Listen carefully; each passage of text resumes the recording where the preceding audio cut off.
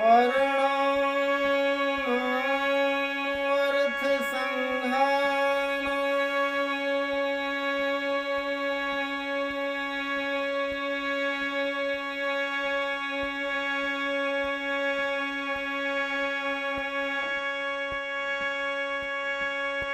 रसायन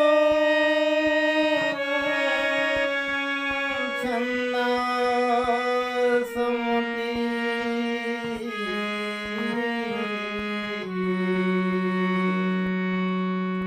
हे मंगलानां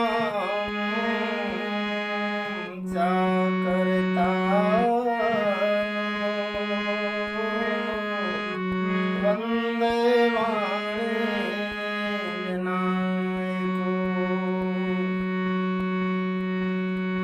भवानी शंकरौ वन्दे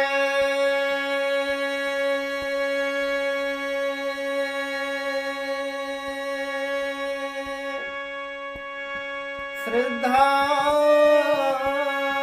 विश्वास रूपिणो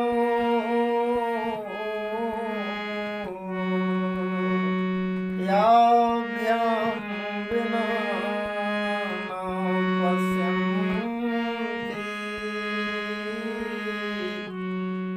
श्रद्धा स्वान्ता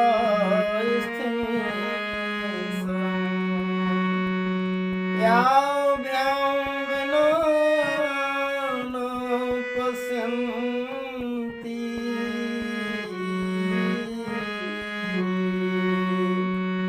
श्रद्धा स्वान्ता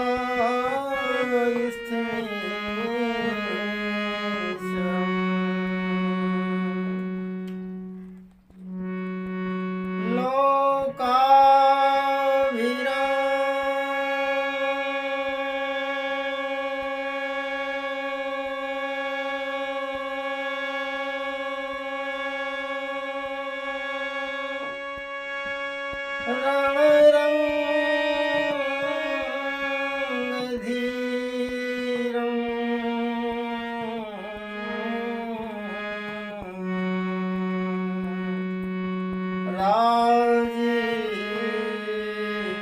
राजीवनेत्रं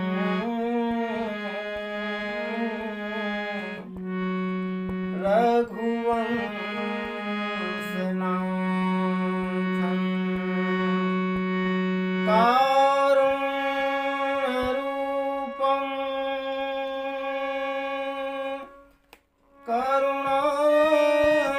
करुणाकरं तं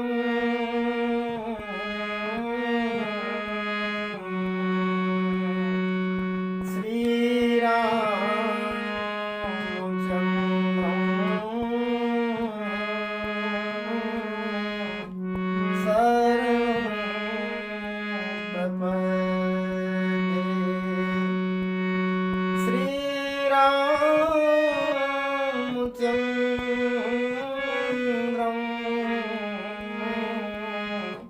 शरणं प्रपद्ये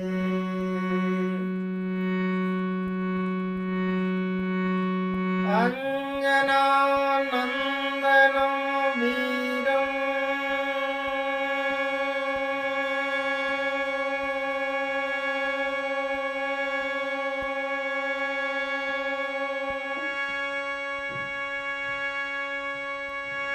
जानकी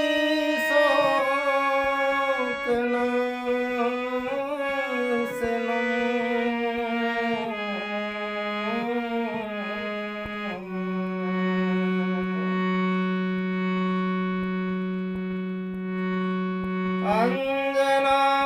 अंजनानन्दनं वीरं जानकी शोकनाशनं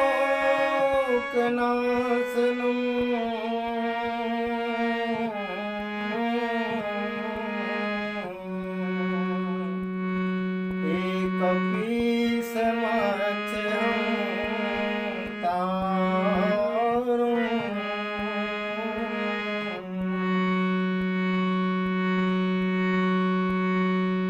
वन्दे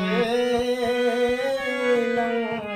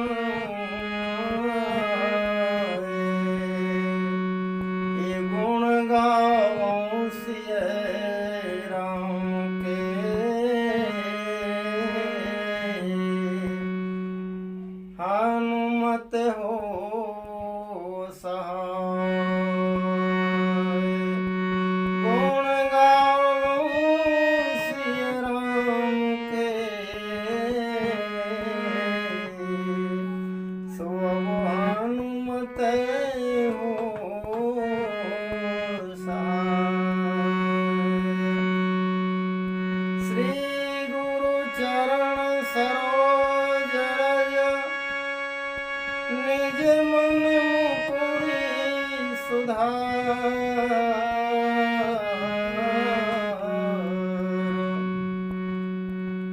श्री गुरु चरण सरोज रज निज मन मुकुर सुधार।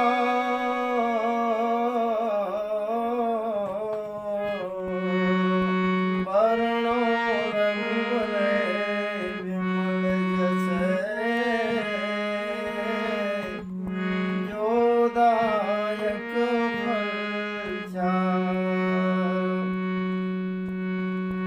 देव धनुज नर नाग खग प्रेत पितर गंधर्व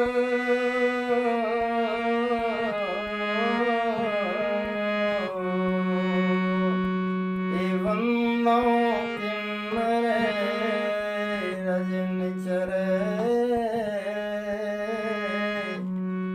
सो कृपा करो सर्व। वंदो किन्नर रजन चरे कृपा करो सर्वे। आकर चार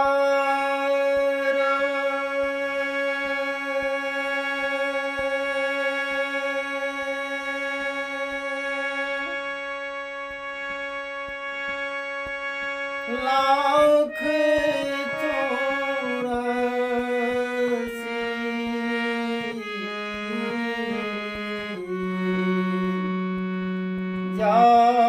जाति जीव जन कल नरोमासी। सिया राम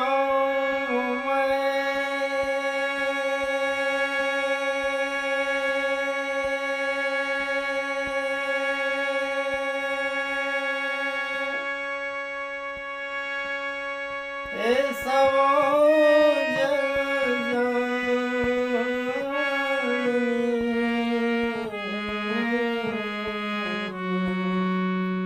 करहु प्रणाम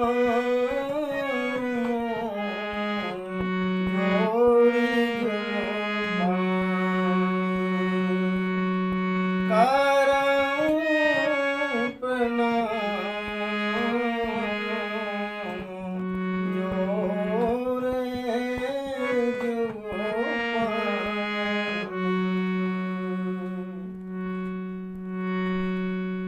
राम कथा हो इससे पहले राम नाम संकीर्तन बड़े ही प्रेम से, बड़े ही भक्ति भाव और अनुराग के साथ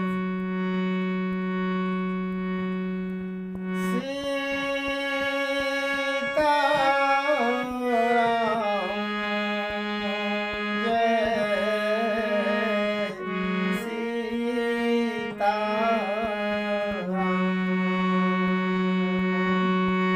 राधे श्याम जय राधे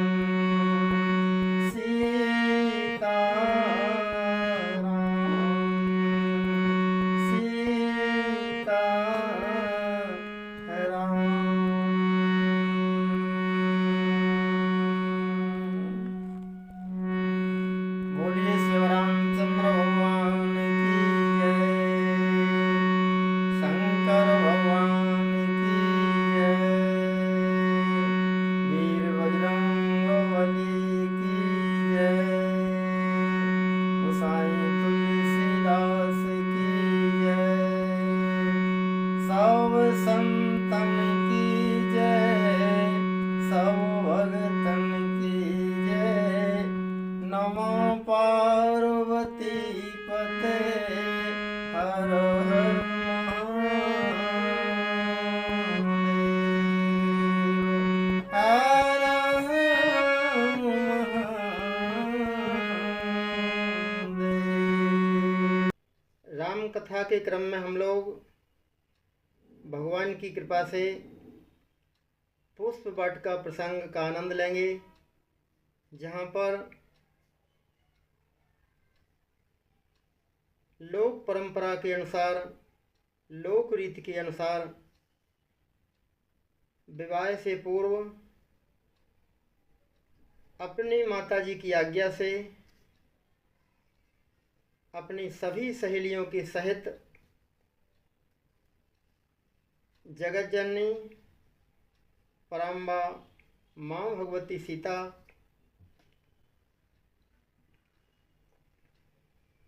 गिरजा पूजन करने के लिए पधार रही हैं। हम लोग भी भाव रूप से किसी न किसी रूप में माँ भगवती के दरबार में माँ जानकी के साथ गिरजा पूजन करने के लिए चलें।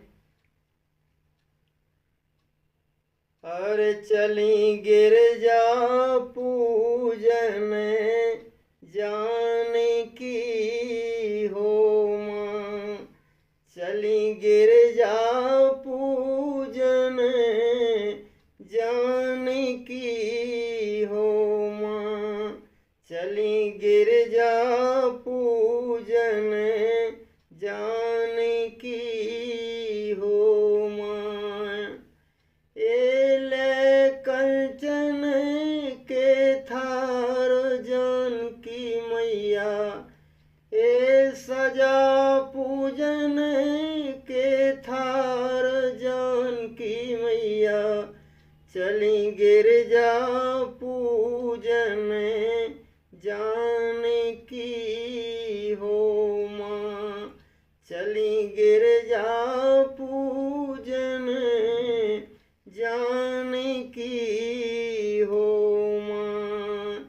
ए संग सखी सब जोड़ मिल जावे, संग सखीन से जोड़ मिल जावे सो, ए गाय मंगला चारो भवानी मैया, ए गाय मंगला चारो जानकी मैया, चली गिरजा पूजन जानकी हो माँ।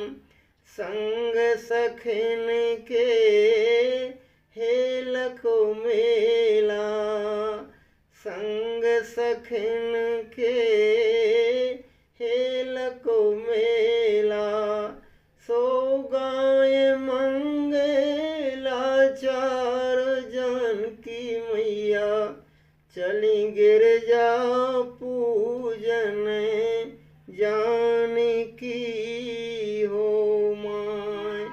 ए सजा पूजन के थार जानकी मैया, चली गिरजा पूजन जानकी हो माँ, चली गिरजा पूजन जानकी हो माँ।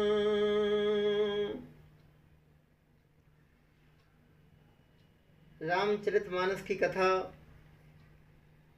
4 मतों पर आधारित है। लोकमत, वेदमत, साधु मत और राजमत। गोस्वामी तुलसीदास जी ने जहाँ जिस मत की आवश्यकता समझी, उस मत के अनुसार, उस परंपरा के अनुसार अपने भाव रखे हैं। रामचरितमानस की कथा इतनी सरल है, इतनी सरल है, इतनी सरल है कि सभी लोग इसको आसानी से समझ सकते हैं, समझा सकते हैं। किसी को समझाने की ज़रूरत नहीं है। लेकिन वहीं दूसरे अर्थों में इतनी कठिन है, इतनी कठिन है, इतनी कठिन है कि बिना भगवान की कृपा के बिना इस कथा को नहीं समझा जा सकता। बिना गुरुजनों के आशीर्वाद, आप सभी के आशीर्वाद एवं रामण मैया की कृपा के बिना इस कथा का समझना असंभव है। इस कथा को समझ पाना असंभव सा है।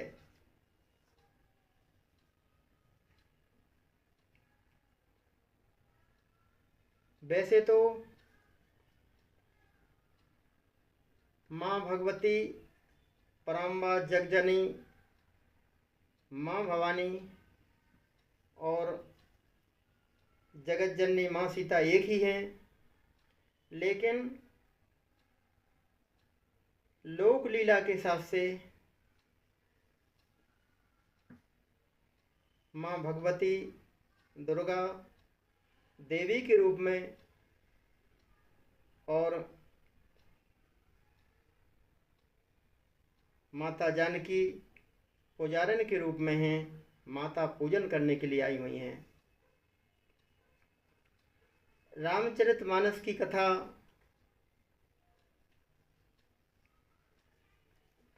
प्रसंग में आई हुई चौपाइयों की शब्दावली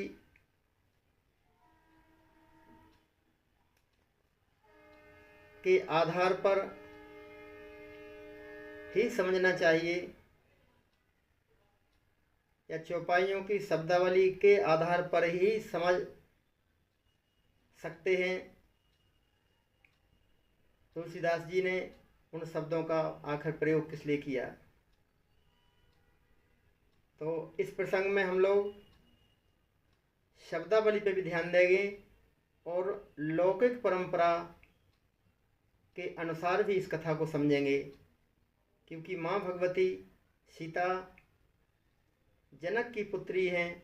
विवाह से पहले जैसे हम लोग माता पूजन करने जाते हैं, ऐसी सीता मैया पूजा करने आई हैं, माता पूजन करने आई हैं, गिरिजा पूजन करने आई हैं। तो लोक परंपरा के हिसाब से भी इस कथा को समझना चाहिए।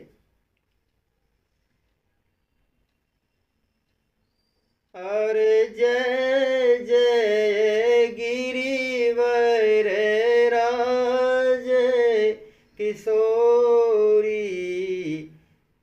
जय महेश मुख चंद्र चकोरी, जय जय गिरिवर राज किशोरी, जय महेश मुख चंद्र चकोरी।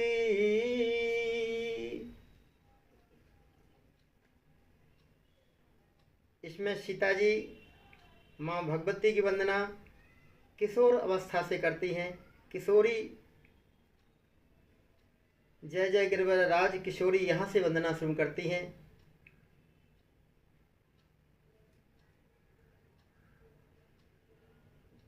जय जय गिरिवर राज नंदिनी भी तुलसीदास जी लिख सकते थे। किशोरी लिखने का क्या अभिप्राय है, क्या आशय है? तो हम लोग इस पर लोक भाव के हिसाब से इस अर्थ को समझने का प्रयास करें। कोई भी बच्ची अपने मन की बात अगर कहना चाहे तो वह अपने उम्र की, समान उम्र की सहेली से बेसंकोच अपने मन की बात कह सकती है, बता सकती है। लेकिन वही बात अगर अपने से बड़ी उम्र की किसी माँ बहन को कहनी हो तो संकोचवश बस वह बच्ची नहीं कह पाएगी। इसलिए शायद सीता जी ने माँ भगवती से मन ही मन प्रार्थना की हो कि माँ, हम अपने मन की बात आपसे कैसे कहें।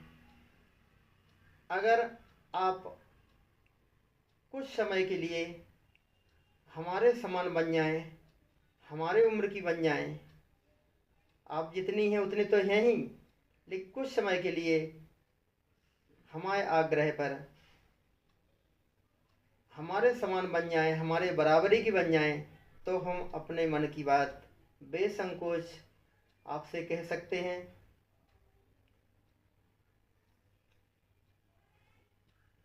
यह भक्ति में संभव है। केवल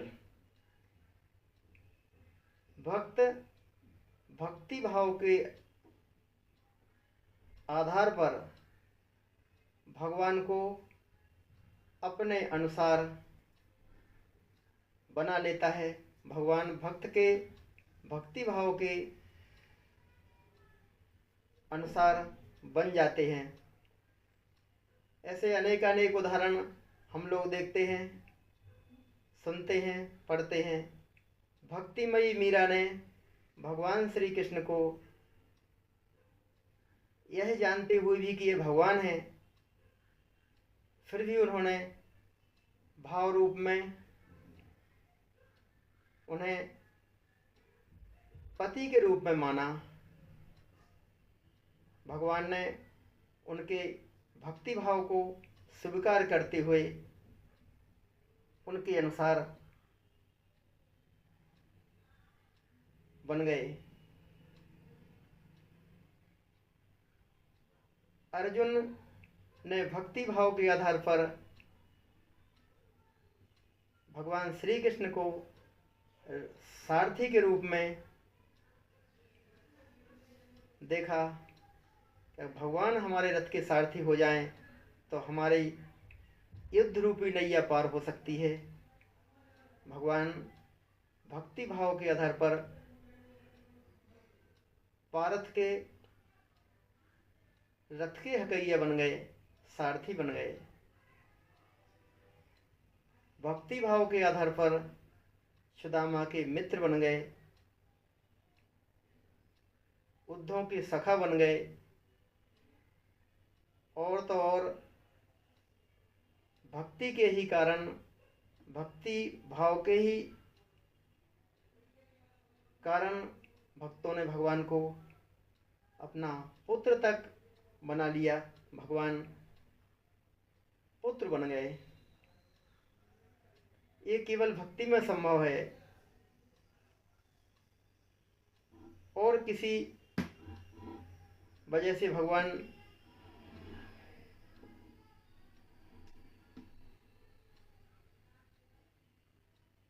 भक्त के अनुरूप नहीं बन सकते। केवल भक्ति के आधार पर, भक्ति के वश में भगवान, भक्त जिस रूप में भगवान को चाहता, भगवान उसी रूप में उसको दर्शन देते हैं। एक प्रसंग देखें, जनकपुर में राघवेंद्र सरकार विराजमान हैं।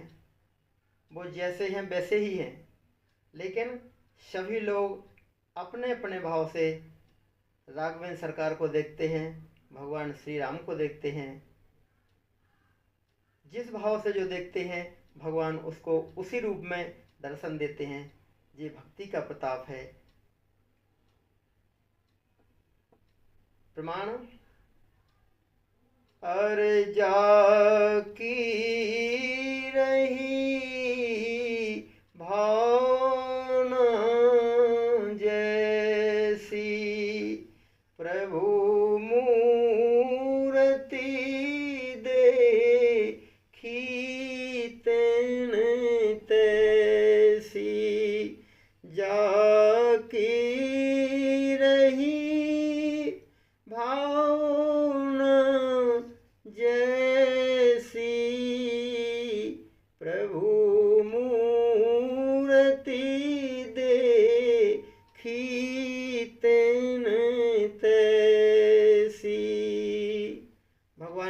जिस रूप में जिसने देखा भगवान ने उसको उसी रूप में दर्शन दिए। ये भक्ति का प्रताप है। तो सीता जी ने सोचा, माँ हमारे मन में क्या है, हम अपने मन की बात आपसे कहने में संकोच करते हैं, तो आप हमारे बराबर की बन जाएं। वंदना में शब्दावली देखें, भगवान की कृपा से जो अर्थ मिला है, लगता है कितना सटीक है, कितना सही हो सकता है। किशोरी जय जय गिरवर राज किशोरी, बताओ आप हिमाचल की पुत्री हैं, आपकी जय हो। पुत्री किशोरी माने पुत्री नहीं होता, बल्कि किशोरी माने होता है जिस बच्ची की उम्र या जिसकी उम्र 15 साल की हो, किशोर अवस्था की हो, उसे किशोरी बोलते हैं। सीता जी किशोरी हैं, तो सीता जी ने कहा हम आपको भी किशोरी ही मानकर किशोरी ही मान रहे हैं। आप राजा की पुत्री हैं, राज किशोरी हैं, तो हम भी जनक किशोरी, ये समानता है। आगे और इसमें एक विशेष बात यह है, क्योंकि कथा अलौकिक भी है और लौकिक है। अलौकिक इसलिए कि भगवान की कथा है, लौकिक इसलिए कि भगवान धराधाम पे आते हैं तो हम लोगों जैसे ही लीला करते हैं। तो इस भाव में भी हम भगवान के दर्शन करते हैं, इस लीला को इस रूप में भी हम लोग देखते हैं, है ना। तो सीता हम लोगों की जो वंदना होती है, भगवान से हमें जो चाहिए होता है, भगवान से जो हम मांगना चाहते हैं या इच्छा रखते हैं भगवान ये चीज़ हमें दें, तो हम आरती भी वैसी बनाते हैं। जैसे ओम जय जगदीश हरे, स्वामी जय जगदीश हरे, भक्त जनों के संकट क्षण में दूर करे, ओम जय जगदीश हरे। मात पिता तुम मेरे, शरण गहूँ किसकी, मतलब आप माता पिता हैं सभी के, तो हमें माता पिता जैसा दुलार दें, प्यार दें, माता पिता की तरह ही हमारा पालन करें। दीन बंधु दुख हरता, प्रभु आप दीन बंधु हैं, भगवान ने कहा है। क्या मतलब ये कि आप दीन बंधु हैं और हम दीन हैं, तो हम पे कृपा करो। दुख हरता, आप दुख हरता हैं, तो हम दुखी, हमारा दुख दूर करो। दीन बंधु दुख हरता, तुम पालन करता, आप पालनहार हैं, आप पालन करता हैं, तो इसलिए हमारा आप पालन करें। भक्तजनों के संकट क्षण में दूर करें, आप भक्तों के संकट को क्षण में दूर कर देते हैं, तो हम भी आपके भक्त हैं, हमारे दुख भी आप दूर करें। ऐसी हमारी वंदना है, ऐसी हम लोगों की चातुरी भरी प्रार्थना है, हम लोग ऐसी वंदना करते हैं। जिस वंदना से, जिस आरती से हमें कुछ फायदा हो सकता हो, तो क्षणिक तौर पर हम इस भाव को भी इस प्रसंग में देखें। सीता जी को जो जो चाहिए वो वही पार्वती जी में देखती हैं।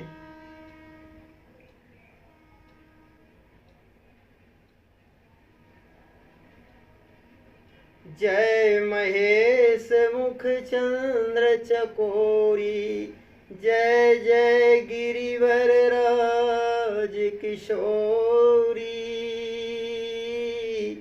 जय महेश मुख चंद्र चकोरी। जय जय गिरिवर राज किशोरी, ये समानता भाव है। और इसके बाद जय महेश मुख चंद्र चकोरी, आपकी शादी जिस प्रकार शंकर जी के साथ में हुई, जिस प्रकार से आप शंकर जी की प्रीतमा बनी, शंकर जी के मुखारबंद, चंद्रमा रूपी मुखारबंद की चकोरनी है, उसी प्रकार से हमें भी आशीर्वाद दें। हम जिस छवि को अपने हृदय में धारण करके, जिस सामलीय सरकार को अपने हृदय में धारण करके आपकी वंदना करने आए हैं, आपका पूजन करने आए हैं, हमें आशीर्वाद दो कि वो हमें वर के रूप में मिल सकें और आपकी ही तरह हम भी उनके मुखारविंद की मुखरूपी चंद्रमा की चकोरनी बन सकें। आगे चौपाई। जय गज वदन सड़ानन माता, जगत जननी दामिनी दूती गाता। जय गज वदन सड़ानन माता, जय गज वदन सड़ानन माता। क्या मतलब? जय महेश मुख चंद चकोरी, इससे भी काम चल सकता था आरती में। तो फिर गणेश जी की माता जी की कल्पना की। हम पहले आपसे निवेदन कर चुके, हम भगवान से वही शब्द वंदना में, आरती में वही शब्दावली का प्रयोग करते हैं जो हमें चाहिए होता है। तो सीता जी मानो पार्वती की वंदना में ये कहना चाहते, हे माँ, आप गणेश जी और स्वामी कार्तिक की माँ हैं। आपके जैसे गणेश जी विघ्न विनाशक, जगत वंदनीय, जगत पूज्य हैं। दूसरे पुत्र आपके विघ्न विनाशक नहीं हैं, बल्कि जो विघ्न उपस्थित करता है उसके ही संहारक हैं, उसे ही खत्म कर देते हैं, उसे ही टाल देते हैं।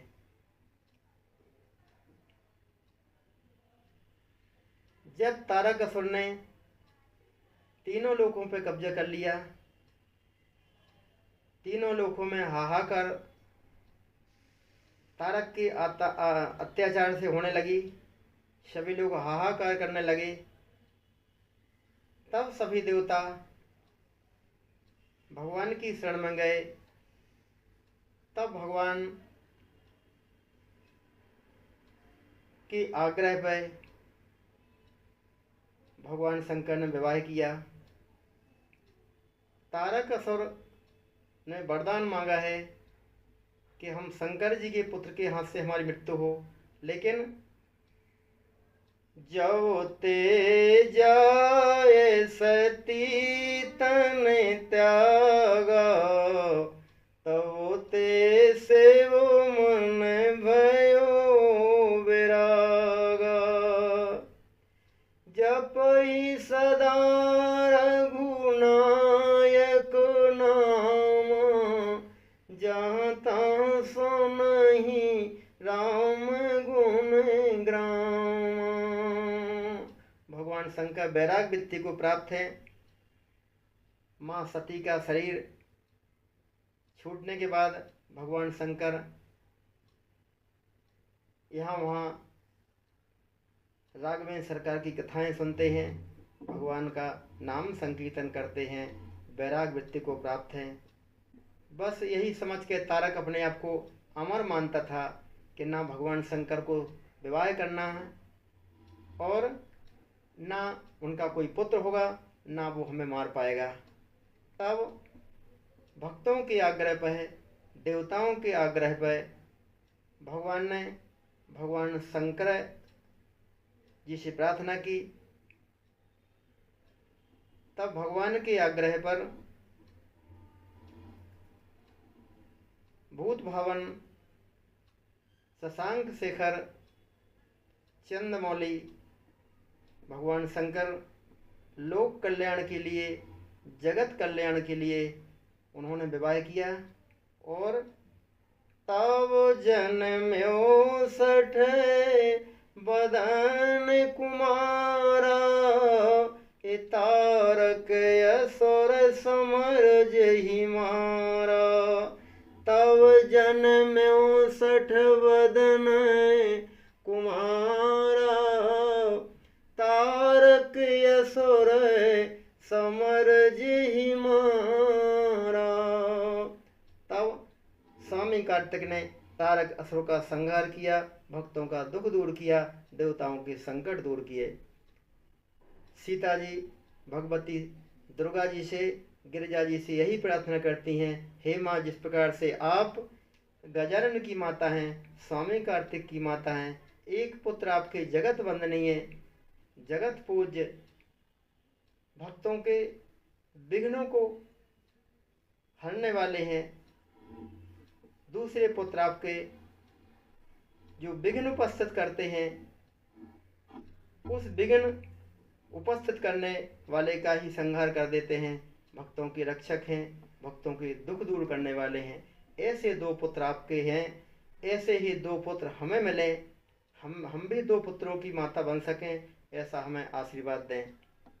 आगे क्रम में, जगत जननी दामिनी दूती गाता। जगत जननी का मतलब स्वामी कार्तिक गणेश जी की माँ की बात फिर जगत जननी कहने का क्या आश्रय है। जब तक हम लोग शब्दावली पे ध्यान नहीं देंगे तब तक सही अर्थ नहीं समझ पाएंगे। जगत जननी इसलिए चूंकि लौकिक परंपरा के हिसाब से वंदना की जा रही है। 2 ही पक्ष तुलसीदास जी के, दोनों पक्ष साथ साथ में चल रहे हैं भाव रूप में।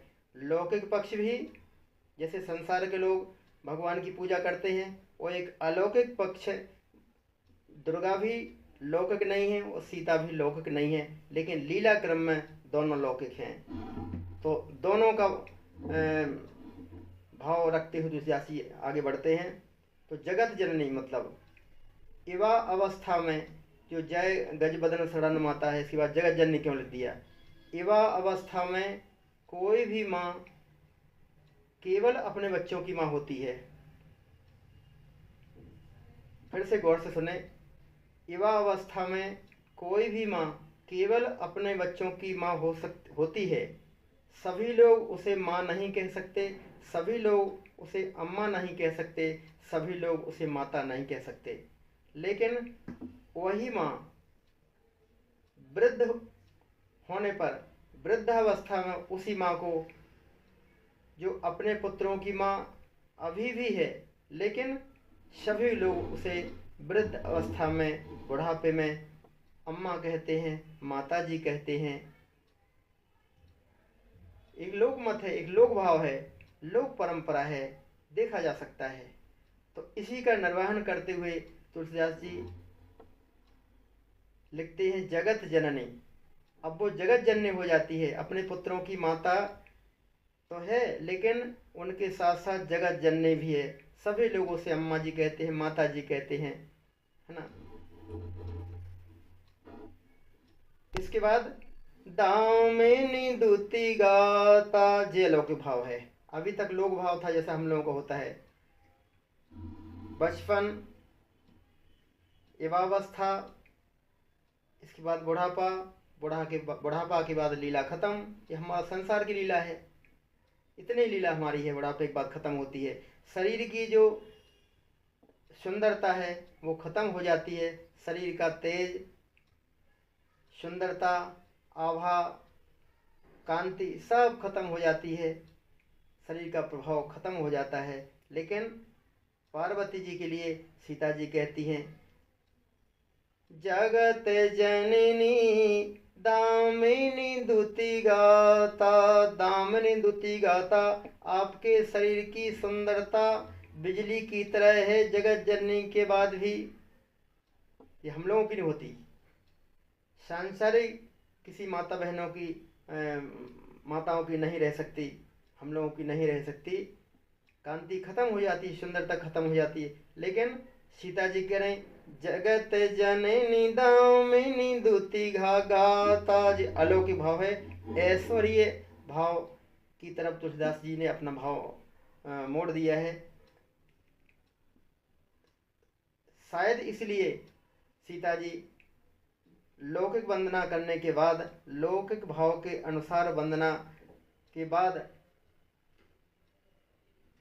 पुनः पार्वती की वंदना में कहती हैं, नहीं तो आदि मध्य अवसाना, अमित प्रभाव वेद नहीं जाना। ऐसा क्यों लिखा? नहीं तब आदि मध्य अवसाना, अमित प्रभाव वेद नहीं जाना। क्योंकि हमने आपको 3 रूप में मानकर वंदना की है अभी तक। जय जय गिरिवर राज किशोरी। ये आदि था, यहाँ से शुरुआत की। मध्य कहाँ था?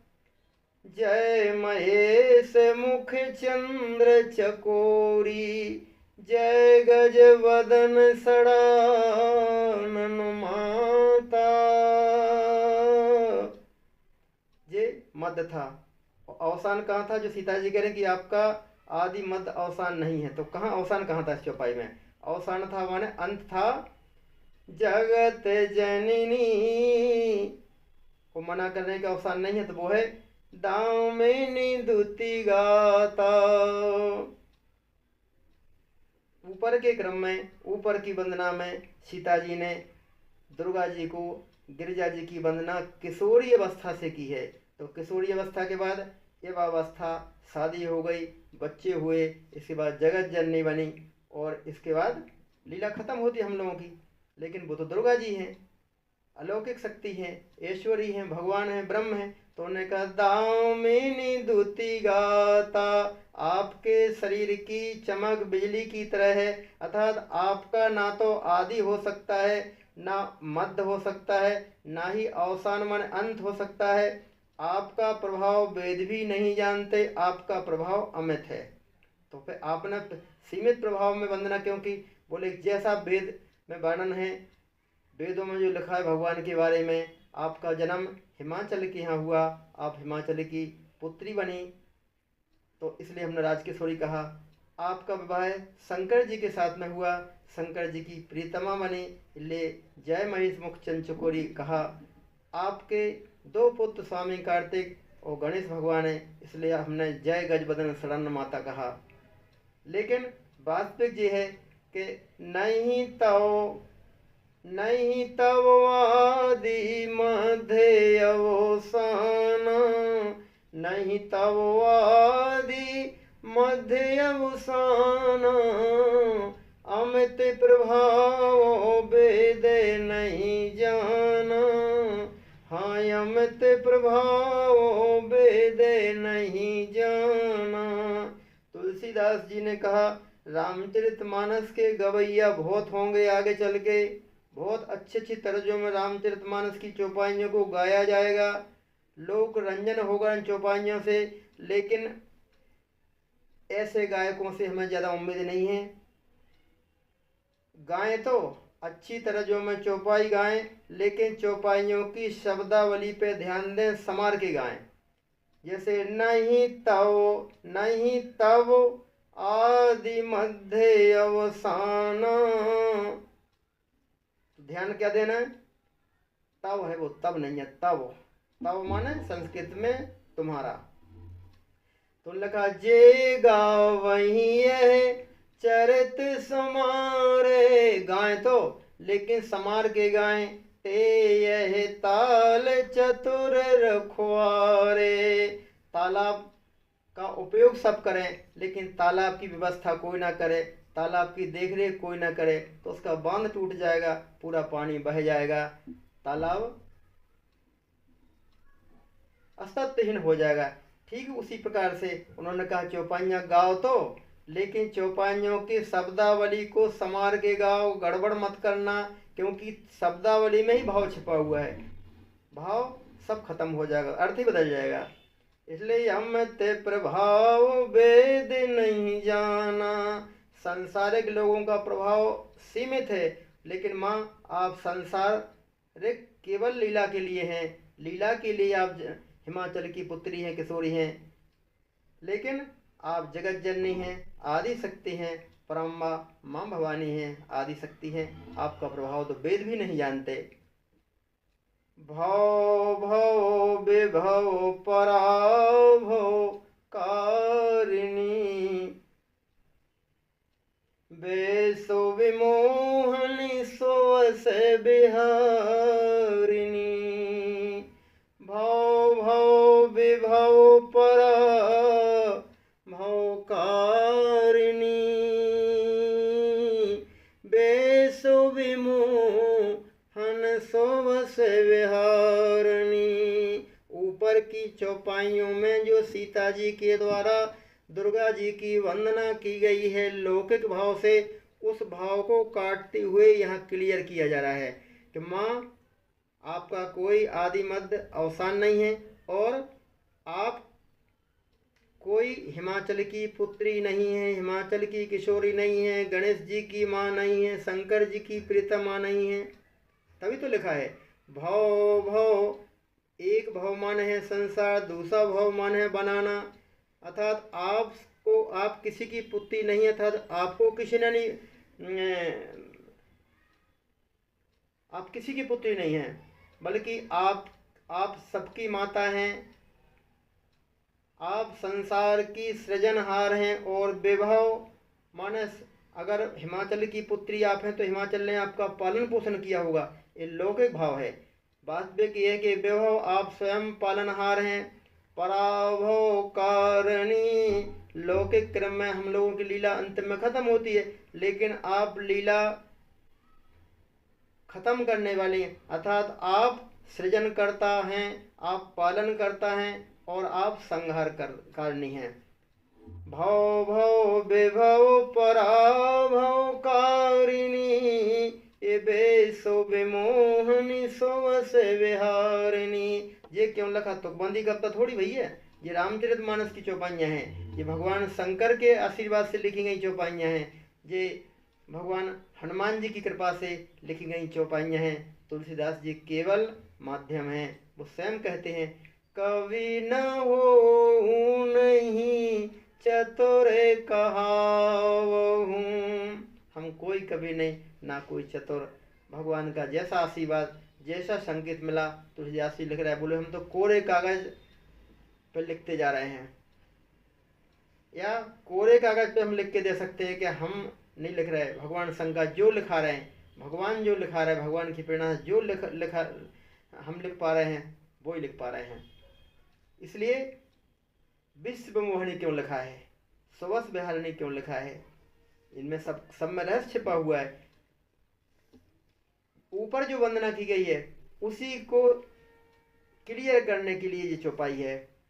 आप ऊपर जो है जय महेश मुख चंद्र चकोरी, जो वंदना कर चुके, उसमें सीता जी पार्वती से कह रहे हैं जय महेश मुख चंद्र चकोरी। उसी भाव को सुधारने के लिए लिखा बेसो विमोहनी। क्या मतलब?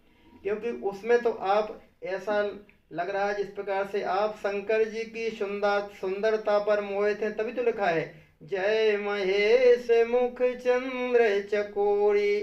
सीता जी ने कहा वास्तविक जी है, वो तो लौकिक भाव है। आप लीला क्रम में उनकी प्रीतमा बनी है, लेकिन वास्तविक है बेसो विमोहनी, आप किसी पे मोहित नहीं, बल्कि आप संसार को मोहित करने वाली हैं। और फिर लिखा सोवस विहारिणी। ये क्यों लिखा? शब्दावली पे जब तक हम लोग ध्यान नहीं देंगे तब तक रट तो सकते हैं, लेकिन उसका वास्तविक अर्थ नहीं समझ सकते। सुबस विहारिणी का मतलब है लीला क्रम में आप शंकर जी की प्रीतमा हैं, पत्नी हैं, तो शंकर जी के अंडर में है, शंकर जी के वश में है। स्वाभाविक ही है, पति के वश में पत्नी होती है, पति की बात पत्नी को मानना ही पड़ती है। तभी तो पिछले जन्म में जब भगवती भवानी दुर्गा सती थी, तब भगवान शंकर से प्रार्थना कर रही हैं, आज्ञा मांग रही हैं। क्यों? क्योंकि स्वच्छंद नहीं है, सुवस विहारिणी नहीं है, बस में है शंकर जी के। तो कह रही है पिता भवन उत्सव परम, जो प्रभु यशु होए। हमारे पिताजी के यहाँ यज्ञ का आयोजन है, हे प्रभु अगर आपकी आज्ञा हो तो हम चले जाएं, हमें आप आज्ञा दें, हम अपने पिताजी के यज्ञ आयोजन में जाना चाहते हैं। अगर बस में न होती तो क्यों पूछती? तो उसी भाव को संभालते हुए, उसी भाव को अलौकिक भाव से जोड़ते हुए तुलसीदास जी सीता जी के द्वारा दुर्गा जी से वंदना के रूप में कहलवा रहे हैं सोवस विहारिणी, आप अपने बस अपने मर्जी से विहार करने वाली हैं। पति देवता सुती मोहु मातु प्रथम तव रेखो महिमायम तिन सकै कही सहस शारदा शेष। सीता जी माँ भगवती परम माँ भवानी दुर्गा जी से कहती हैं, गिरिजा जी से कहते हैं, हे माँ आपकी महिमा अमित है, सहस शारदा शेष भी नहीं कह सकते हैं। चौपाइयों की शब्दावली पे ध्यान देना, हम बार बार कह रहे हैं, ध्यान दोगे तो ही समझ पाओगे, अन्यथा रट तो लोगे। महिमा अमित न सकै कही सहस शारदा शेष। आपकी महिमा अमित है, इसलिए हजारों हजारों शेषनाग और हजारों हजारों सरस्वती भी नहीं आपकी महिमा का बखान कर सकती हैं। ठीक है, माने वो भी आपकी महिमा नहीं बखान सकते। अच्छा अर्थ है, सभी लोग समझ लेते हैं, समझा देते हैं, लेकिन शायद अभी तक किसी ने नहीं समझा कि सहस शारदा शेष लिखा है तो सरस्वती सहस है क्या, शेषनाग हजार है क्या? है ही नहीं।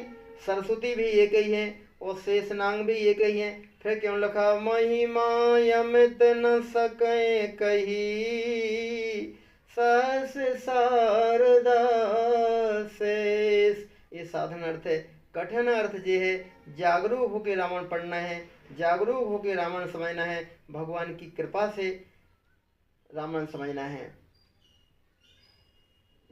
हम लोग जब पढ़ते थे, जब उल्टे सीधे ऊपर नीचे शब्द लिखे होते थे, तब हमें प्रश्न दिया जाता था सही जोड़ियां बनाओ।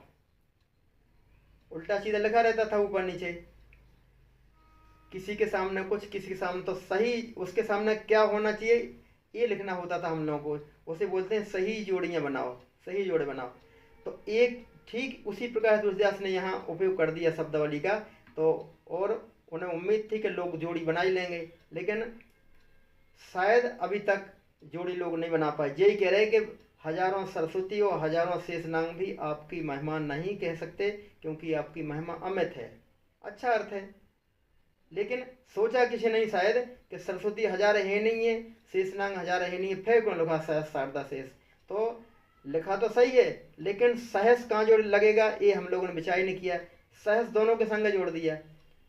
दोनों के संग इसलिए जुड़ेगा क्योंकि सहस शारदा नहीं है, सहस शेष नहीं है, तो ये सहस कहाँ लगेगा? फिर सहस लगेगा ना तो शारदा के साथ में और ना ही शेष के साथ में, है ना।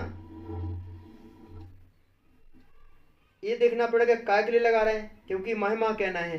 तो महिमा काय से की जाती है, कौन कह सकता है? जो विद्वान हो, जिसे जानकारी हो, वो बता सकता है। तो सबसे ज़्यादा जानकारी सरस्वती को है, माने विद्या की देवी सरस्वती है, इसलिए भगवान की महिमा सरस्वती कहना चाहें तो कह सकती हैं, लेकिन इसलिए नहीं कह पा रही कि महिमा अमित है, सरस्वती का एक ही मुख है, इसलिए नहीं कह पा रही।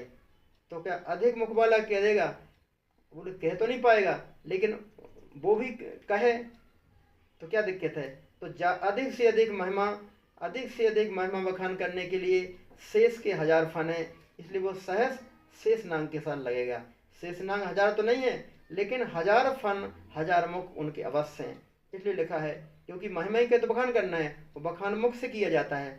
पति देवता सुती मोहु मातु प्रथम तव रेख। आपके पति पतियों में देवता के समान है, आप पत्नियों में सुती हैं, और पतिव्रता स्त्रियों में मातु प्रथम तव रेख, आपकी प्रथम रेखा है, या माताओं में आपकी प्रथम गिनती है। पतिव्रताओं में प्रथम गिनती और माताओं में प्रथम गिनती, ये भी अर्थ समझा जा सकता है। पति देवता सुती मोहु मातु प्रथम तव रेखो महिमा अमित न सकै कही सहस शारदा शेष। भगवान की महिमा परम माँ भगवती की महिमा शेषनाग और सरस्वती कहने में सक्षम नहीं है, तो फिर हम लोग भगवान की महिमा बखान सकने में सक्षम कहाँ हो सकते हैं। भगवान की कथा हरि अनंत हरि कथा अनंता, कहि सो नहीं सब बहुविध सब संता। हरि अनंत हरि कथा अनंता, कहि सो नहीं बहुविधि सब संता। हरि अनंत हरि कथा अनंता, कहि सो नहीं बहुविधि सब संता। राम अनंत अनंत गुण अमित कथा विस्तार। सुन आचरज न मान यही, जिनके विमल विचार। चरित सिंधु गिरिजा रमन, वेद न पावहि पार। वर्णय तुलसीदास किम, अतिमति मंद गमारो। इसी भाव के अंतर्गत भगवान की कथा कभी पूरी नहीं हो सकती है। भगवान की कथा पूरी होना भी नहीं चाहिए। भगवान की कथा चलती रहे, हम लोग उस कथा का आनंद लेते रहें। संसार की व्यथा कथा से ही दूर होती है, इसलिए कथा सतत चलती रहना चाहिए। कथा कभी विराम नहीं होती है। हम लोगों का विराम होता है, हम लोग विराम ले लेते हैं। हम लोग कथा कहने में सक्षम नहीं हैं। हम लोग कथा भगवान की सामर्थ्य के अनुसार ही कह सकते हैं, सुन सकते हैं, समझ सकते हैं। इसी भाव के अंतर्गत माँ भगवती की वंदना सीता जी कर रही हैं। वंदना अभी पूरी नहीं हुई है। इस दोहे पे हम लोग इस कथा को नमन करेंगे। फिर भगवान की कृपा से फिर आगे का भाव, आगे की कथा, आगे की वंदना हम लोग भाग 2 में सुनेंगे। इस प्रकार जय जय गिरिवर राज किशोरी, जय महेश मुखचंद चकोरी। सीता जी के द्वारा जो माता जी की वंदना की जा रही है, इसका प्रथम भाग को हम यही नमन करते हैं। जय जय गिरिवर राज किशोरी, जय जय गिरिवर राज किशोरी। जय महेश मुखचंद्र चकोरी, जय जय गिरिवर राज किशोरी। जय महेश मुखचंद्र चकोरी, जय महेश मुखचंद्र चकोरी।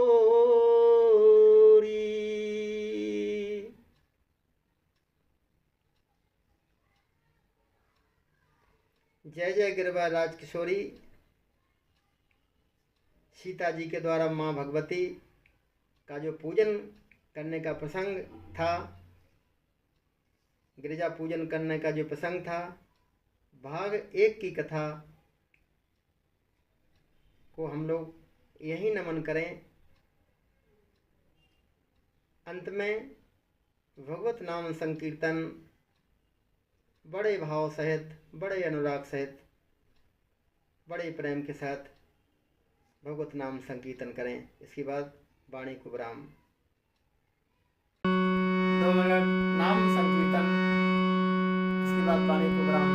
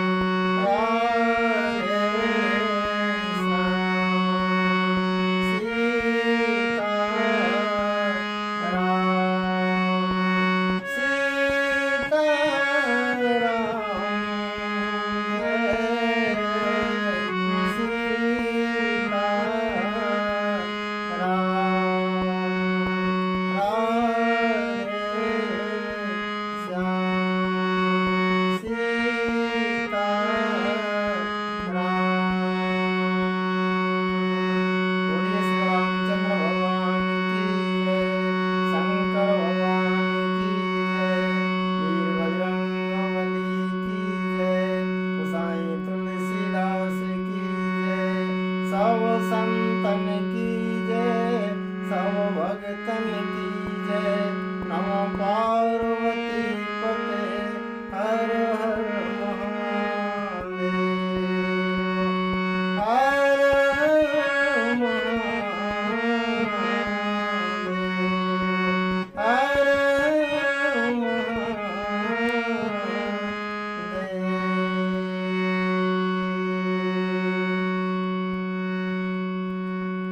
चरण सेवक राजा राम रामाणी, भोपाल। Mobile number 9479538163। अंत में सभी परमात्मा के रसिक श्रोता भक्तों को, अनुरागी भक्तों को कोटि से नमन, कोटि से वंदन। सभी को जय श्री राम, जय